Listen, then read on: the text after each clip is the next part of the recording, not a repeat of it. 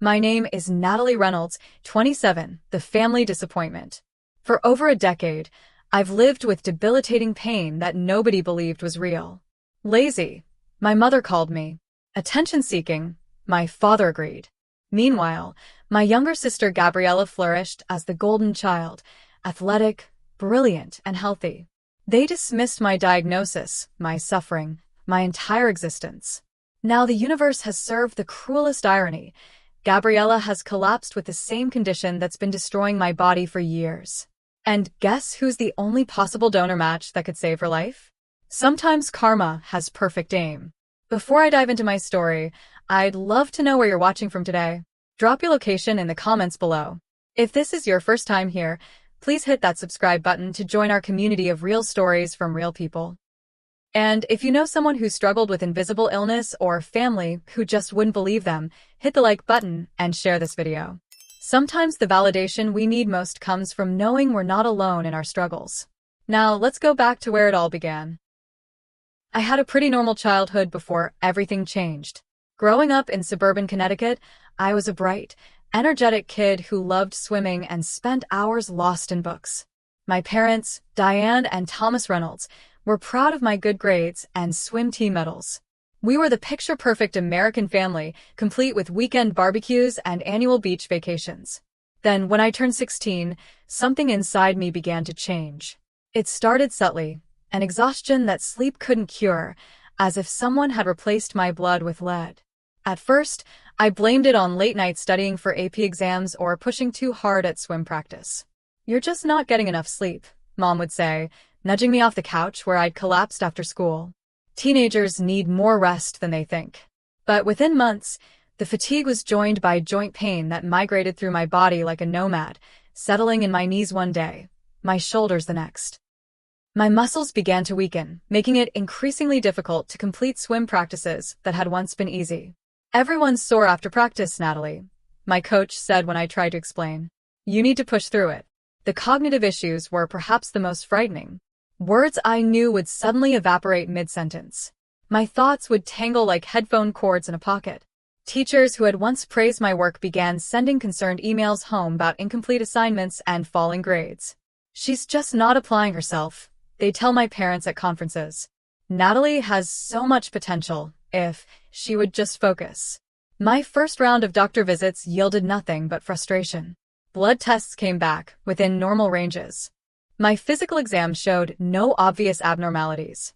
One doctor suggested it might be growing pains, another blamed stress, and a third hinted that perhaps I was depressed. "There's nothing physically wrong with you," one physician said, not unkindly. "Maybe you should talk to someone about the pressure you're putting on yourself." As my symptoms persisted without medical validation, my family's patience wore thin. My mother, Diane, a pharmaceutical sales representative who prided herself on her knowledge of medical matters, became increasingly dismissive. "I think you're enjoying the attention a little too much," she said one morning when I couldn't get out of bed. "Being sick is becoming your personality, and it's not attractive." My father, Thomas, an accountant who preferred numbers to emotions, mostly responded with disappointed silence. He'd sigh heavily when I asked to be excused from family dinners because the smell of food was making me nauseous, or when I had to cancel plans because of sudden pain flares. Meanwhile, my sister Gabriella, 3 years younger but infinitely more accomplished in my parents' eyes, continued to thrive. While I was dropping out of the swim team, she was being recruited by college scouts for volleyball.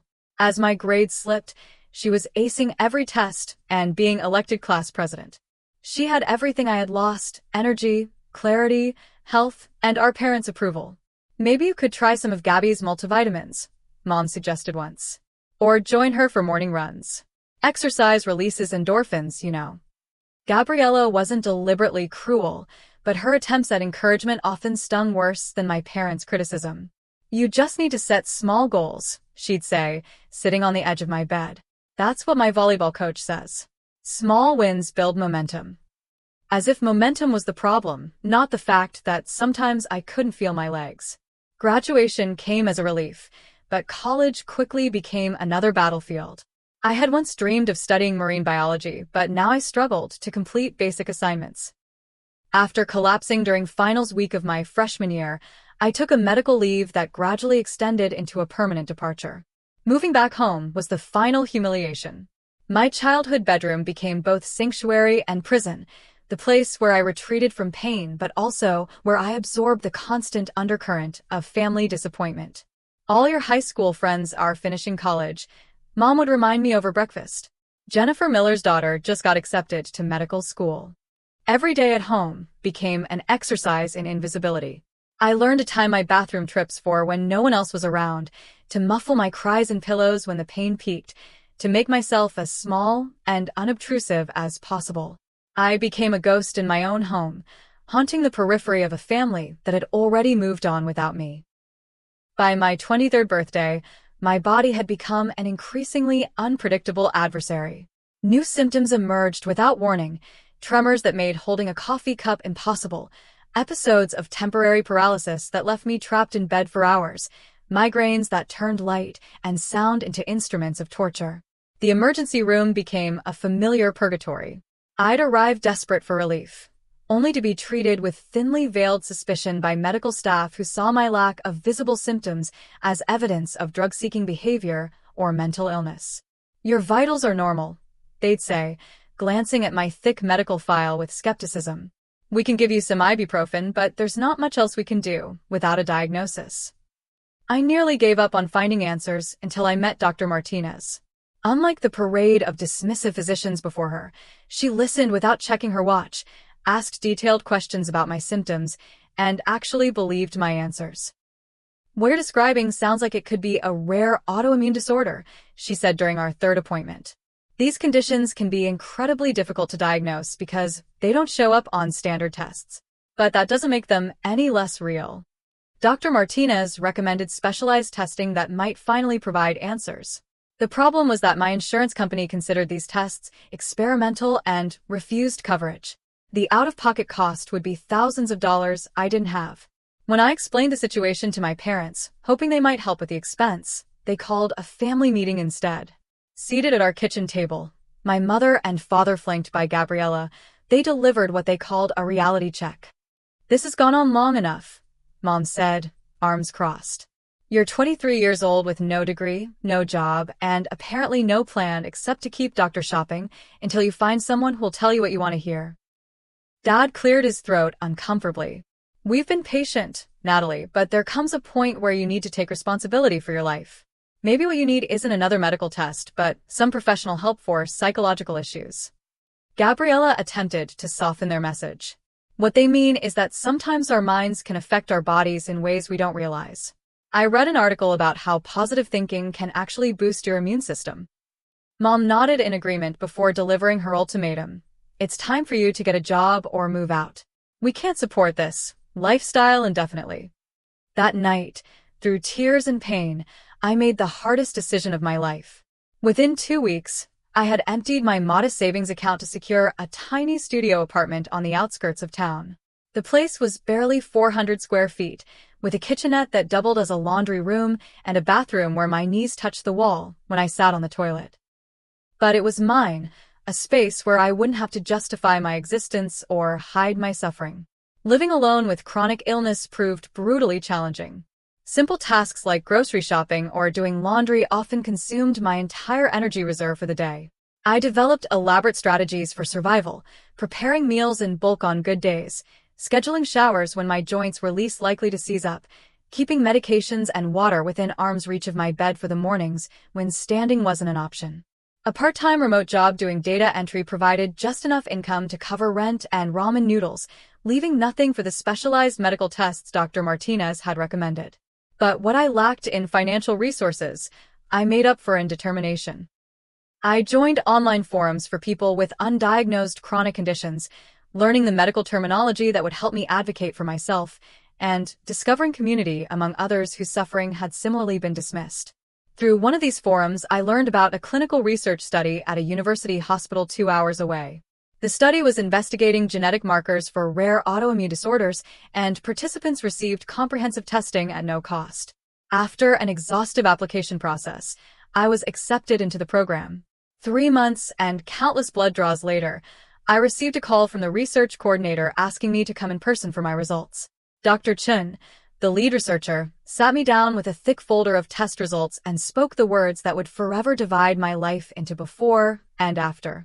"You have Ehlers-Danlos syndrome with autoimmune comorbidity," he said, pointing to highlighted sections of my genetic results. "It's a rare connective tissue disorder with an even rarer autoimmune component that's causing your body to attack its own collagen. The good news is that we can now target treatments more effectively. The challenging news is that this is a genetic condition, which means other family members could be carriers or develop symptoms." I felt a complex mixture of emotions: vindication that my suffering was real and had a name, fear about what this diagnosis meant for my future, and urgent concern for my sister and parents who shared my DNA. "I need to tell my family," I said. "They could be at risk too, especially my sister." Dr. Chen nodded gravely. "Yes, genetic counseling for your immediate family would be highly advisable. This particular variant has a 50% chance of being passed to siblings." Armed with detailed medical reports and information packets about the condition, I made what I thought would be a triumphant return to my parents' house. Finally, I had proof. Finally, they would understand. I couldn't have been more wrong. "Another excuse," my mother said, barely glancing at the folder of medical documentation I'd placed on the kitchen table. "There's always some new syndrome, some new diagnosis for people who don't want to face reality." "Mom, this is serious," I insisted. "It's genetic. You and Dad could be carriers. Gabriella could develop symptoms too." "Your sister is perfectly healthy," she snapped. "Don't try to drag her into your drama." Dad at least took one of the information packets, promising to look into it, but I could see in his eyes that he'd already decided not to believe. Gabriella, home from graduate school for the weekend, offered platitudes about staying positive, while discreetly sliding my medical reports away from her breakfast plate as if my condition might be contagious. I left my childhood home that day knowing that my family had made their choice. They had decided that their narrative about me, lazy, dramatic, seeking attention, was more comfortable than accepting the complicated truth. In that moment, I decided to make a choice too. I would focus on healing myself, even if I had to do it alone. Over the next 3 years, I rebuilt my life around the reality of my condition. Living with Ehlers-Danlos syndrome meant accepting certain limitations while refusing to be defined by them. I developed a carefully calibrated routine that maximized my functional hours and minimized pain flares. Mornings began with gentle stretching exercises designed to support my hypermobile joints without straining them. I took my medications with clockwork precision, timing each dose to maintain therapeutic levels throughout the day. Meals were planned around an anti-inflammatory diet that seemed to reduce my worst symptoms. Rest periods were scheduled, not optional, protecting my limited energy reserves like precious currency. Work became possible through a combination of determination and technology. I transitioned from basic data entry to freelance content writing, which allowed me to work when my brain fog lifted and rest when it descended.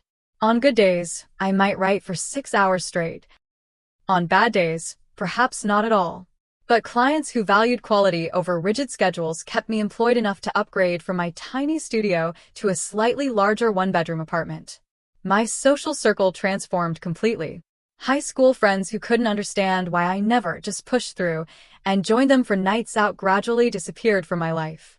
In their place came new connections, mostly online at first, then occasionally in person with others who understood chronic illness without explanation. Melissa, a former nurse with lupus who lived in my apartment building, became my closest friend and emergency contact. We developed a check-in system, texting emoji codes to communicate our pain levels and needs without requiring lengthy explanations.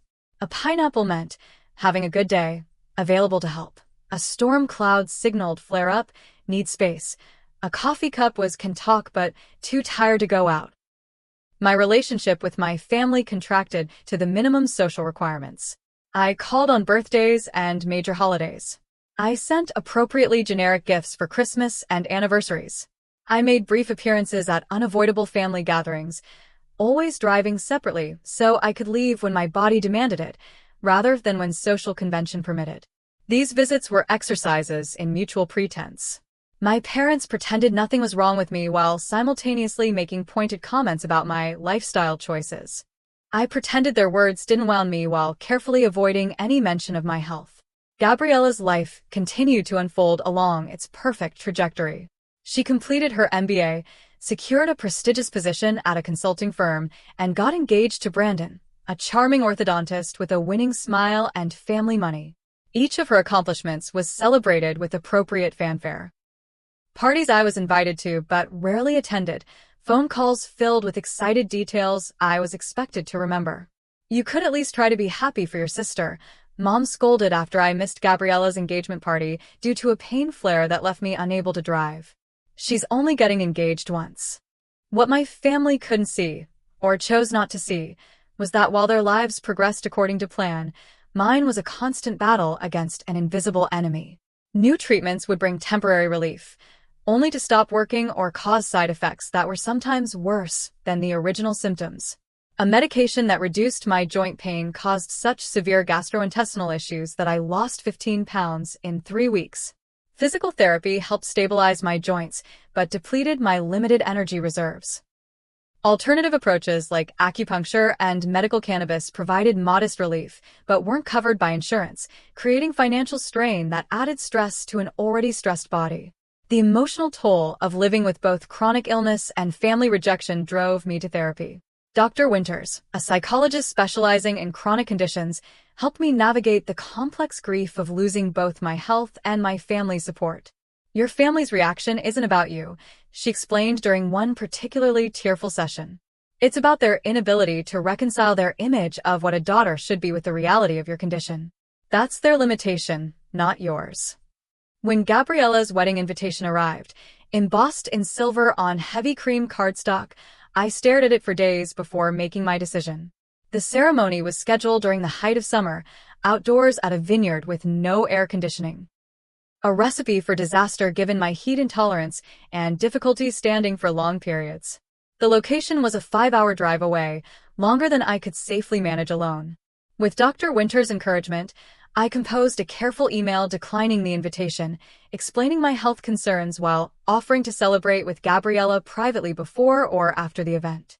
I attached links to resources about Ehlers-Danlos and heat intolerance, hoping education might bridge the gap of understanding. The response was swift and cutting. Not from Gabriella herself, but from my mother. "Your selfishness knows no bounds," she wrote. "Your sister has accommodated your special needs her entire life, and you can't manage to show up for her one important day. This isn't about your health. It's about your need to be the center of attention, even when the day isn't about you." The email ended with a sentence that severed something vital inside me. "Don't bother with your private celebration offer. If you can't be there for the wedding, Gabriella doesn't need your half-hearted support at all." In the aftermath of this final rejection, I found unexpected purpose. If my family wouldn't listen, perhaps others would. I started a blog documenting my journey with Ehlers-Danlos, writing with raw honesty about both the physical challenges and the emotional impact of disbelief. To my surprise, the blog found an audience, first dozens, then hundreds, eventually thousands of readers who saw their own experiences reflected in my words. Through the blog, I connected with researchers studying the genetic components of EDS. I volunteered for additional studies, offering my blood, tissue samples, and detailed symptom journals to advance understanding of the condition. I became knowledgeable about experimental treatments, often learning about new research before my own doctors did. For the first time since my symptoms began, I felt like my suffering had purpose. If I couldn't change my own prognosis, perhaps I could help change someone else's. If my family couldn't see my truth, perhaps I could help other families see theirs. I was finding a new definition of myself beyond family disappointment when the call came that would drag me back into the orbit of the people who had hurt me most. The call came on a Tuesday afternoon in October, interrupting my work on a blog post about pain management techniques. My father's name on the caller ID was surprising enough. He almost never called directly, usually relegating communication to obligatory holiday check-ins or letting my mother speak for both of them. "Natalie." His voice sounded strange, strained in a way I'd never heard before. "It's Gabriella. She's in the hospital." My stomach dropped. Despite everything, Gabriella was still my sister. "What happened?" "She collapsed during a presentation at work," he said, words tumbling out rapidly. "They thought it was exhaustion or maybe stress. She's been working so hard on this big client project. But she's gotten worse since they brought her in." The doctors are running tests, but they don't know what's wrong yet. The familiar story sent chills down my spine. The initial dismissal of symptoms as stress, the worsening condition, the medical uncertainty. For a moment, I considered the bitter symmetry of it all, but quickly pushed the thought away. Which hospital? I asked, already mentally calculating if I had enough spoons of energy to make the drive. Memorial. She's on the 4th floor. There was a pause then. She's asking for you. Those 4 words cut through years of hurt. Despite our strained relationship, despite everything that had happened, my little sister wanted me. Not our parents, not her husband, but me. I'll be there in an hour, I said, already reaching for my emergency bag. The one I kept packed with medications, comfort items, and hospital necessities for my own 2 frequent visits. The drive to Memorial Hospital was a blur of anxiety and painful memories. I hadn't seen Gabriella since a brief, awkward encounter at our cousin's graduation party 6 months earlier. She had looked perfect as always, designer dress, expertly applied makeup, not a hair out of place. I had noticed her watching me throughout the event, a strange expression on her face, when she thought I wasn't looking. Not pity exactly, but something I couldn't quite name. Now I wondered what I would find in that hospital room. What could bring down my invincible sister? I wasn't prepared for the sight that greeted me. Gabriella, vibrant, athletic Gabriella, lay pale against the white hospital sheets, her skin tinged with a yellowish hue. Dark circles shadowed her eyes, and her normally glossy hair hung limply around her face. Fur lines snaked from her arms, and a heart monitor beeped steadily beside her. My parents huddled near the window, my mother's makeup streaked with tears, my father looking older than I'd ever seen him. They barely acknowledged my arrival, too focused on the doctors who were reviewing charts at the foot of Gabriella's bed. Her liver enzymes are concerning, a gray-haired physician was saying. And there are signs of kidney involvement as well. We're still waiting on some of the autoimmune panels, but the constellation of symptoms is unusual. She's always been healthy, my mother interrupted. She runs marathons. This has to be some kind of mistake. The doctor glanced up, noticing my presence for the first time. Are you family as well? I'm her sister, I said, stepping forward. Natalie Reynolds. Gabriella's eyes fluttered open at the sound of my voice.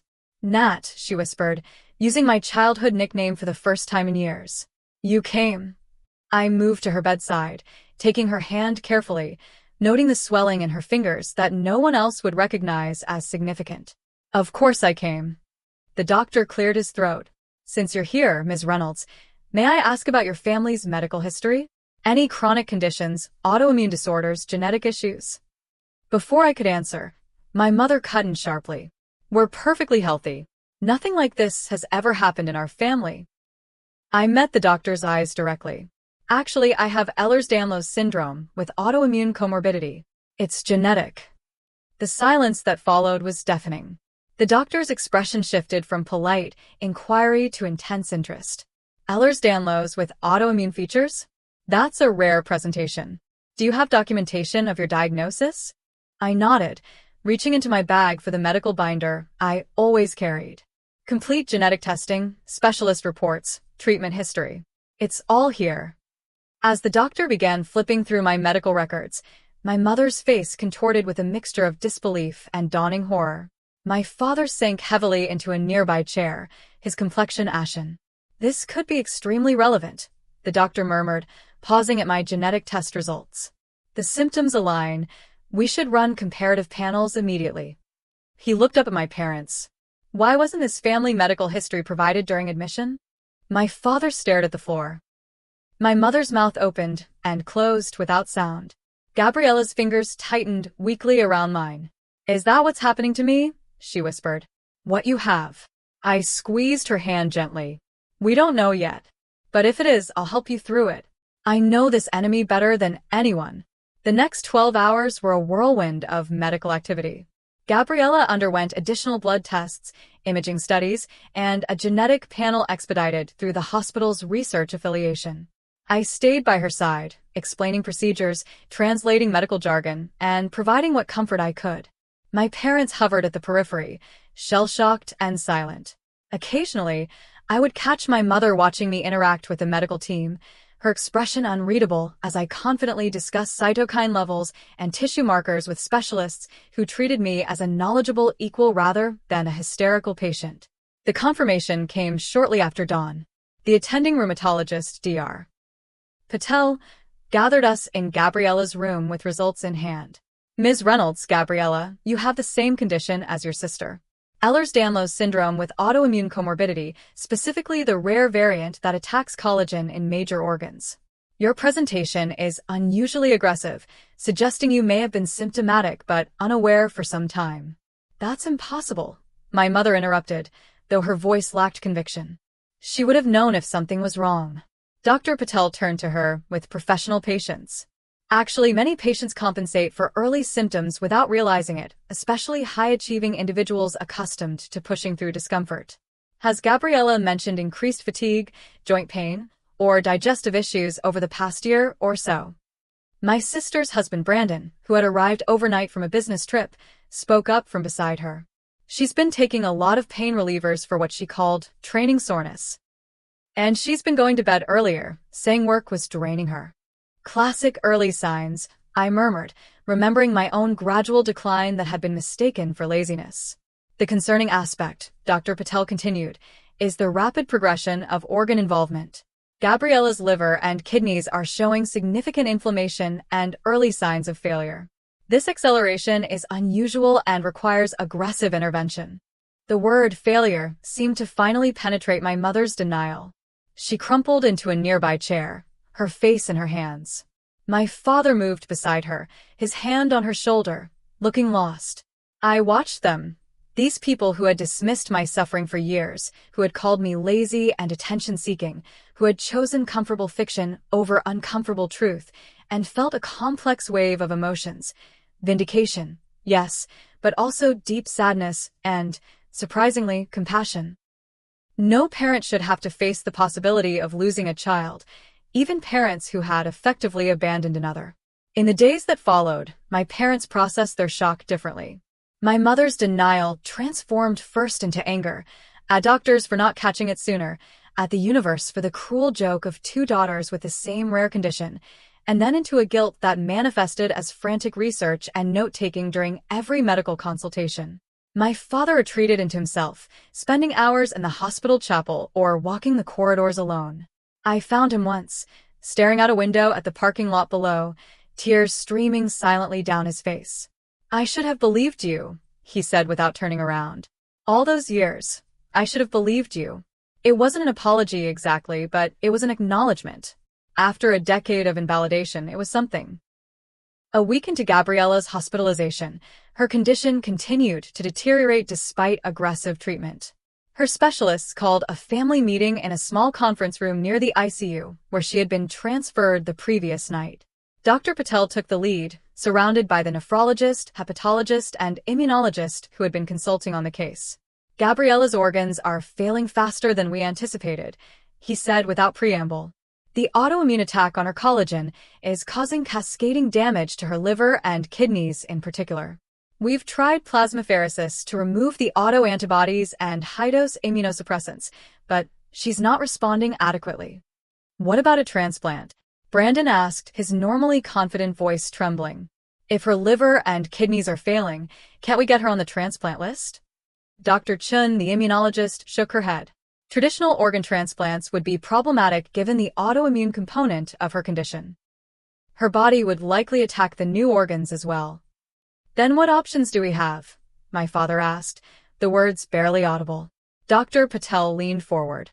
There is one treatment approach that has shown promise in cases like Gabriella's. A stem cell transplant, specifically from a genetically compatible donor, could essentially reset her immune system and provide healthy collagen-producing cells. Like a bone marrow transplant for leukemia? My mother asked. Similar, yes, though the protocol is modified for autoimmune conditions, Dr. Chen explained. The ideal donor would be a close genetic match who doesn't carry the pathogenic EDS variant, but shares enough genetic markers to minimize rejection risks. We'll all get tested, Brandon said immediately. Her parents, me, cousins, whoever you need. The testing process began immediately. My parents, Brandon, and I provided blood samples that afternoon. Calls went out to extended family members, and within days, samples had been collected from aunts, uncles, and cousins across 3 states. 3 days later, we gathered again to hear the results. Dr. Chun reviewed the donor analyses, her expression serious. "We've evaluated all potential donors," she began. "While several family members are partial matches, there's only one who meets the criteria for an optimal donation." She paused, looking directly at me. "Natalie, you're a 9 out of 10 HLA match, and you don't carry the pathogenic variant that's causing organ damage in Gabriella's case." "Wait," my mother interrupted. "How can Natalie not have the variant if she has the same condition?"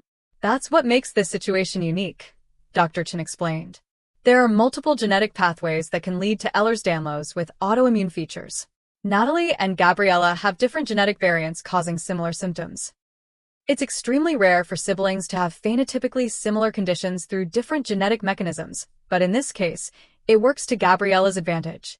All eyes turned to me. The medical team, professional as they were, couldn't hide the glimmer of hope. My parents' expressions were complicated mixtures of shock, confusion, and tentative optimism. Brandon looked at me like I was a miracle incarnate. "Would I be donating bone marrow?" I asked, trying to focus on the practical aspects. "Peripheral blood stem cells, most likely," Dr. Chen replied. "It's less invasive than bone marrow harvesting, though you would need to receive growth factor injections for several days beforehand to mobilize the stem cells." "And the risks?" "For me specifically, with my condition?" The medical team exchanged glances. Dr. Patel spoke carefully. "There would be additional risks, yes. The growth factor injections could exacerbate some of your symptoms temporarily. The collection process is taxing even for healthy donors. For someone with EDS and autoimmune issues, the recovery period would likely be longer and potentially more complicated." The room fell silent as everyone absorbed this information. The unspoken question hung heavy in the air. Would I risk my already precarious health to save the sister whose life had been held up as a reproach to mine? Would I help the family who hadn't helped me? "I need some time to think," I said finally, rising from my chair. "And I'd like to speak with Gabriella alone." In Gabriella's ICU room, monitors beeped steadily, tracking vital signs that were gradually slipping despite medical intervention. Her eyes, sunken in their sockets, followed me as I pulled a chair to her bedside. "They told me," she whispered, her voice hoarse from the breathing tube that had been removed only that morning, "about you being the only match." I nodded, taking her hand carefully around the 4 lines. "You don't have to do it," she continued. "After everything, I wouldn't blame you." "What do you mean?" Her eyes filled with tears. "I've been awful to you, Nat. I believed what Mom and Dad said, that you were making it up or exaggerating. I thought you were choosing to live that way." A sob escaped her. "And now I understand what you've been going through all these years, and I can't believe you survived it alone." The raw honesty in her voice broke something open inside me, a dam holding back years of hurt and longing for understanding. "I kept telling myself I was helping," she continued, "with all those stupid motivational talks and wellness articles I sent you. But I was really just making myself feel better about judging you." She squeezed my hand weakly. "I'm so sorry, Nat. You deserved better from all of us." I found myself crying too, years of unacknowledged pain finally being witnessed by the person whose validation I had craved most after my parents. "I missed you," I admitted. Even when I was angry, I missed my sister. We sat together in that sterile hospital room, tears mingling with disinfectant smells and machine beeps, beginning to rebuild a bridge across the chasm that had separated us for so long. Later that evening, I met with my therapist, Dr. Winters, via emergency video session to process the impossible decision before me. "What's holding you back?" she asked after I'd explained the situation. "I'm scared," I admitted. "Not just of the physical risks, though those are significant. I'm scared of opening myself up to more hurt. What if I do this, damage my own health in the process, and nothing changes? What if they go right back to dismissing me once Gabriella recovers?" "Those are valid fears," Dr. Winters acknowledged. "What would you need from your family to make this feel safer emotionally?" I thought about it. Recognition. Not just of what I'm offering to do now, but of what I've been living with all these years. An actual apology. And commitments for how things will be different going forward. Those sound like reasonable boundaries, she said. And what about if you decide not to donate? How would you feel about that choice? The question hit me hard.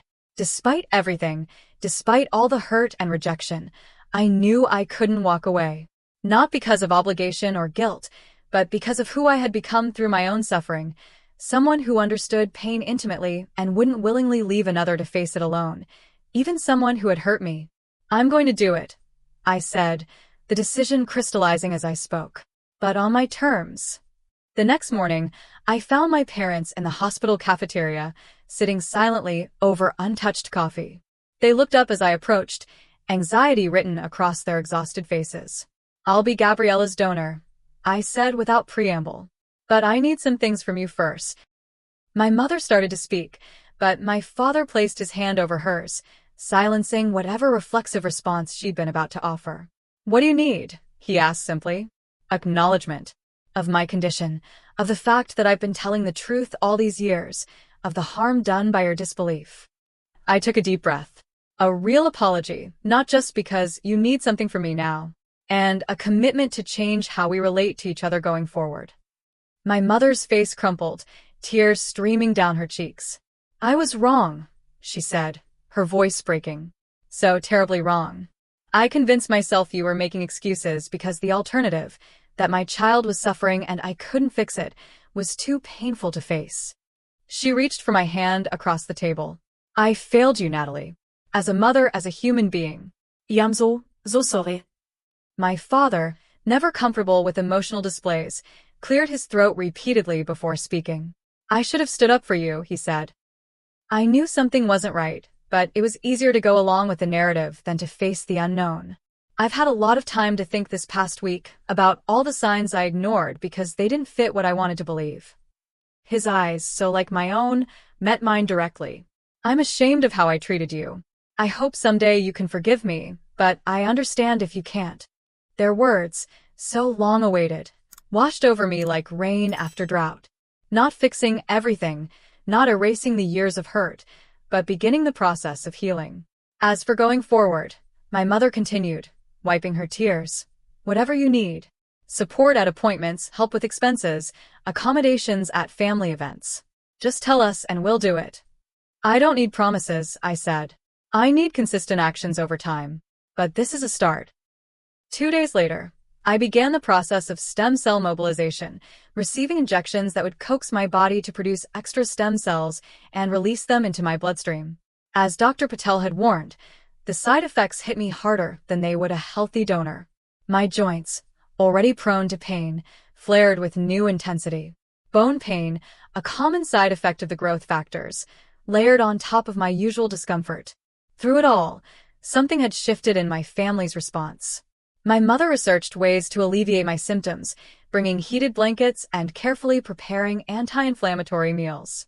My father sat quietly beside me during the worst pain episodes, not trying to fix or minimize, just witnessing and supporting.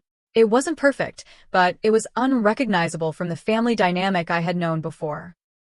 On the day of the stem cell collection, a process that would take several hours of lying still while my blood was cycled through an apheresis machine, Brandon pulled me aside in the hallway. I just want you to know, he said, his voice thick with emotion, that no matter what happens, what you're doing for Gabriella, it's the most selfless thing I've ever witnessed. You're saving not just her life, but our future together. I'll never forget it. As the collection began, I closed my eyes and thought about the strange journey that had brought me here, from family outcast to literal lifesaver. The irony wasn't lost on me, but neither was the profound opportunity for transformation that had emerged from tragedy. The transplant procedure itself was both momentous and anticlimactic.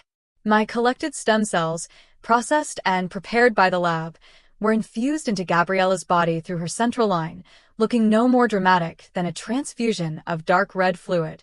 The actual battle would happen invisibly, at the cellular level, as those transplanted cells found their way to her bone marrow and began the process of rebuilding her immune system. For me, the donation process had taken more of a toll than anticipated. Complications from my condition left me weakened and in increased pain, necessitating my own hospital admission for monitoring and symptom management. By coincidence or cosmic symmetry, I ended up in a room directly adjacent to Gabriella's in the transplant unit, separated only by a shared wall. During those first critical weeks, we recovered in parallel. Gabriella from the harsh pre-transplant conditioning that had temporarily wiped out her immune system, me from the physical strain of donation that had exacerbated my chronic symptoms. Nurses moved between our rooms, sometimes commenting on the strangeness of caring for sisters with the same rare condition on opposite sides of the treatment spectrum.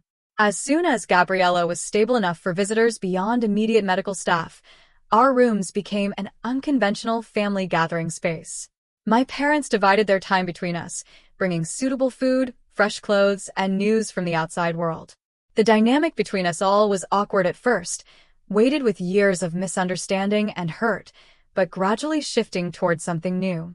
One afternoon, when I was having a particularly difficult pain day, I looked up to find my mother carefully arranging my pillows to better support my hypermobile joints, using techniques she had clearly researched specifically for EDS patients. "How did you know to do that?" I asked, surprised by the knowledgeable positioning. "I've been reading everything I can find," she admitted. "Medical journals, patient forums, specialist publications. I should have done it years ago." She smoothed my blanket with nervous hands. "I found her blog too. I've read every post." I froze. My blog contained my unfiltered thoughts about my family's treatment of me, raw in their honesty. "I deserved every word," she said quietly, answering my unspoken concern. "And more that you were kind enough not to say." As my strength gradually returned, I began making short visits to Gabriella's room. At first, we talked mainly about immediate physical concerns, medication side effects, pain management techniques, the frustrations of hospital food. But as days turned to weeks, our conversations deepened. "I used to be so jealous of you," Gabriella confessed during one of our talks. "You always seemed so certain about who you were, even when everyone was against you. I was constantly trying to be what everyone expected. And I envied your health, your energy," I replied. "The way everything seemed to come easily to you." She laughed without humor. "Nothing came easily. I was just very good at pushing through pain and exhaustion. Looking back, I probably had symptoms for years before the collapse. I just didn't recognize them because I was so determined to be perfect." These conversations, halting and sometimes tearful, began rebuilding the sisterhood that had been fractured long before either of us got sick. We shared memories from childhood, reinterpreting them through our new understanding. We talked about the future, with all its uncertainties and possibilities. When Brandon visited, he often found us together, heads bent over research articles about our condition or laughing at some private joke. He commented once that despite the circumstances, it was beautiful to see the connection between us strengthening as our bodies fought to heal. By the time Gabriella had recovered enough for discharge, approximately 6 weeks after the transplant, the medical team agreed that I too was stable enough to return home. Our parents insisted on temporarily converting their ground floor study into a bedroom for Gabriella, since stairs would be challenging during her recovery. To my surprise, they extended the same offer to me. "We've made it accessible," my father explained when I hesitated. "Installed grab bars in the bathroom, bought a higher bed that's easier to get in and out of, got one of those shower chairs you mentioned in your blog." The effort behind these modifications touched me deeply. These weren't temporary accommodations for a temporary situation. They represented a fundamental shift in how my family viewed my condition and needs. I agreed to stay for 2 weeks during the initial transition home, partly to help Gabriella navigate the early stages of living with chronic illness and partly to test whether the changes in my family's attitudes were sustainable outside the crisis environment of the hospital. Those 2 weeks became a strange period of family healing amidst physical recovery. My mother, channeling her energy into practical support, researched and prepared meals that accommodated both Gabriella's post-transplant dietary restrictions and my anti-inflammatory needs. My father took over medication management, creating a detailed spreadsheet tracking dosages, timing, and potential interactions that impressed even our doctors. Most surprisingly, my parents began attending doctor appointments with both of us, not to take over or question medical advice as I had feared, but to listen and learn. After one particularly complex consultation about Gabriella's immunosuppression protocol, I overheard my mother correcting a well-meaning but misinformed relative on the phone. No, it's not all in their heads, she said firmly. Both our daughters have a real, genetic condition with physical symptoms. We didn't understand Natalie's situation for many years, and that was our failure, not hers. The acknowledgement, offered not to me directly but as a stated fact to others, felt like a significant turning point. Beyond our immediate family, the ripple effects of our situation spread outward. Friends and extended family who had absorbed my parents' earlier narrative about my issues were reintroduced to me in my new context, not as the family failure, but as Gabriella's literal lifesaver and an expert patient managing a complex condition. Gabriella's workplace implemented accommodations for her gradual return, creating a flexible schedule and remote options that she acknowledged would have seemed special treatment to her before her illness. Now, she became an advocate for workplace accessibility, starting with herself, but quickly extending to others. Brandon, who had initially seemed overwhelmed by the sudden transformation of his perfect wife into a chronically ill patient, adapted with surprising grace. He attended support group meetings for partners of chronic illness patients, modified their condo to be more accessible, and learned to recognize the subtle signs of Gabriella's pain before she verbalized them. As the initial crisis phase passed and routines began to establish, my parents and I created a family emergency plan, a document outlining what to do if either Gabriella or I experienced a serious flare-up or complication. The process of creating this plan together, acknowledging our conditions as permanent realities requiring ongoing management rather than temporary problems to be solved, represented a profound shift in family dynamics. Our story eventually caught the attention of a local news reporter doing a series on rare diseases. The resulting feature, which included interviews with both Gabriella and me, helped raise awareness not just about Ehlers-Danlos, but about the broader issue of invisible illnesses and the importance of believing patients' experiences. When the time came for me to return to my own apartment, I left my parents' home with mixed emotions, relief at regaining my independence, sadness at the separation from my newly reconnected family, and cautious hope that the bridges we had begun rebuilding would continue to strengthen with time. "This isn't goodbye like before," my mother said as she helped me pack my belongings. "This is just you going home, with the understanding that you're always welcome here. We'll see you Sunday for dinner?" It was framed as a question, not an expectation, another small but significant change. "I'll be here," I promised. "As long as you're still making that anti-inflammatory curry." She smiled, tears in her eyes. "I've got 3 more recipes to try. You and your sister can rate them." As I drove away, I realized that while neither Gabriella nor I would ever be cured in the traditional sense, something else had healed that was almost as vital: the family bonds that had been broken by disbelief and misunderstanding. 6 months after the stem cell transplant, Gabriella and I sat side by side on a bench in the hospital garden, waiting for our respective follow-up appointments. The autumn air carried a crisp chill, but the sun warmed our faces as we sipped tea from matching travel mugs, a gift from our mother, who had learned that temperature-regulating containers were helpful for our temperature sensitivity issues. "Dr. Patel says my immune markers are looking better," Gabriella said, scrolling through her patient portal on her phone. "The organ inflammation has decreased significantly." "That's amazing news," I replied, genuinely thrilled for her progress while managing the complex emotions that came with it. Gabriella's variant of our condition had responded well to the stem cell transplant, potentially giving her a better long-term prognosis than mine, which remained resistant to available treatments. She seemed to read my thoughts, reaching over to squeeze my hand. "I know it's not fair that this worked for me when you're still struggling with the same symptoms. I think about that every day." "Life isn't fair," I said, without bitterness.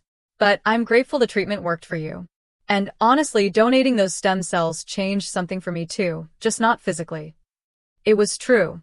The donation process had marked a turning point not just in my family relationships, but in how I viewed my own body. For years, I had seen my condition as nothing but limitation and betrayal. The transplant had revealed another truth. Even damaged, my body had power. It had saved my sister's life. Our recoveries had followed different trajectories. Gabriella had experienced a gradual but steady improvement as her new immune system established itself, though she still dealt with the underlying joint hypermobility and connective tissue fragility that characterized Ehlers-Danlos. I had bounced back from the donation process but returned to my baseline of daily pain management and energy conservation. We had developed a system of mutual support, each bringing different strengths to the partnership.